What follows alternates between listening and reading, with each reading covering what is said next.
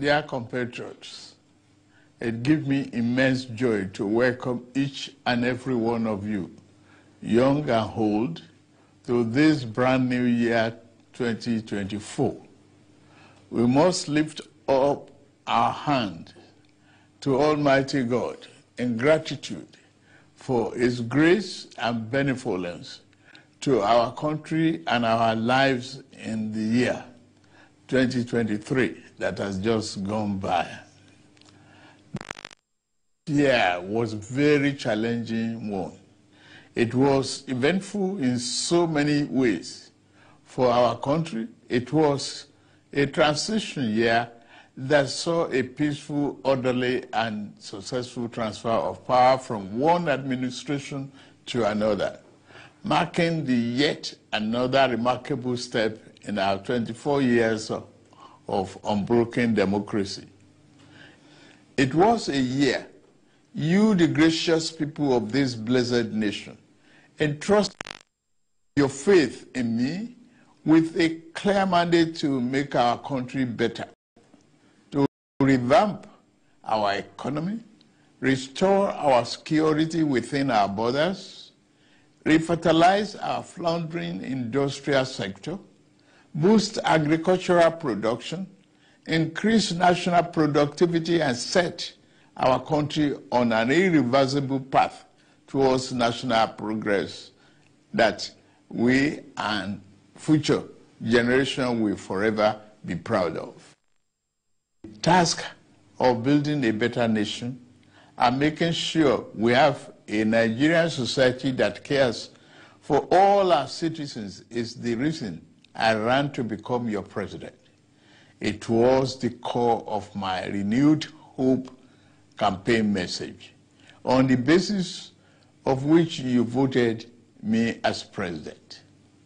Everything I have done in office, every decision I've taken, and every trip I've undertaken outside the shores since I assumed office on 29th May 2023, have been done in the best interest of our country.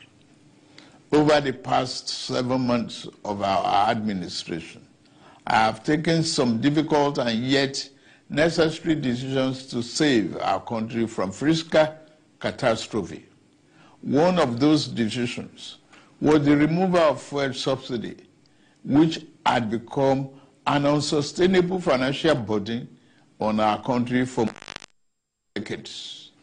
Another was the removal of the chokehold of few people on our foreign exchange system that benefited only the rich and the most powerful among us.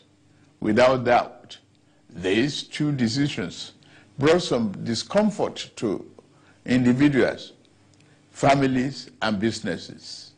I am well aware that for some time now, the conversations and debate have centered on the rising cost, high inflation, which is now above 28%, and the unacceptable high underemployment rate.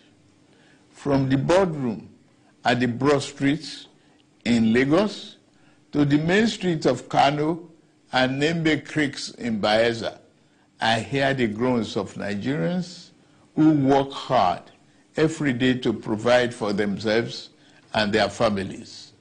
I'm not oblivious of the expressed and sometimes honest expectations of my fellow citizens. I know for a fact that some of our compatriots are even asking if this is how our administration wants to renew their hope. Dear compatriots, take this from me. The time may be rough and tough.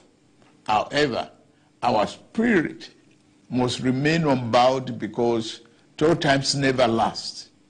We are made for this period, never to flinch, falter.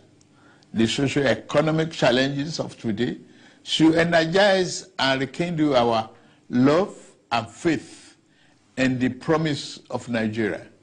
Our current circumstances should make us resolve to work better, for the good of our beloved nation.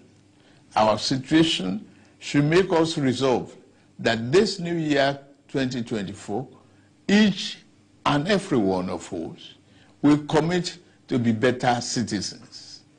Silently worked to free captives from abductors, while we can't beat our chests yet that we had solved all the security problems. We are working hard to ensure that we all have peace of mind in our homes, places of work, and on the roads. Having laid the groundwork of our economic recovery plans within the last 7 months of year 2023, poised to accelerate the pace of our service delivery across the sectors. Just this past December, during COP28 in Dubai, the German Chancellor, Olaf Scholz, and I agreed and committed to a new deal to speed up the delivery of Siemens energy power project that will ultimately deliver reliable supply of electricity to our homes and businesses under the presidential, which began in 2018. Other power installation projects to strengthen the reliability of our transmission lines and optimize the integrity of our national grid are ongoing across the country. My administration recognizes that no meaningful economic transformation can happen without steady electricity supply. In year 2024, we are moving a step further. Quest to restart local refinery of petroleum products with Port Harcourt Refinery and the Dangote Refinery, which shall fully come on stream. To ensure constant food supply, security, and affordability, we will step up our plan to cultivate 500,000 hectares of farmland across the country to grow maize, rice, wheat, millet, and other staple crops. Launch the dry season farming with 120,000 of land in Jigawa State last November under our National Wheat Development Program. In this new year, we will race against time to ensure all the fiscal and tax policies reforms we need to put in place are codified and simplified to ensure the business environment does not destroy value on every foreign I have embarked on. My message to investors and other business people has been the same. Nigeria is ready and open for business. I will fight every obstacle that impedes business competitiveness in Nigeria, and I will not hesitate to remove any clog hindering our path to making Nigeria a destination of choice for local and foreign investments. In my 2024 budget to the National Assembly, I listed my administration's 8 priority areas to include national defense and internal security, job creation, macroeconomic stability, investment environment, optimization, human capital development, poverty reduction, and social security. Because we take our development agenda very seriously, our 2024 budget reflects we place on achieving our governance objectives. We will work diligently to make sure every Nigerian feels the impact of their government, the economic aspirations, and the material well-being of the poor, the most vulnerable, and the working people shall not be neglected. It is in this spirit that we are going to implement a new national living wage for our industrious work.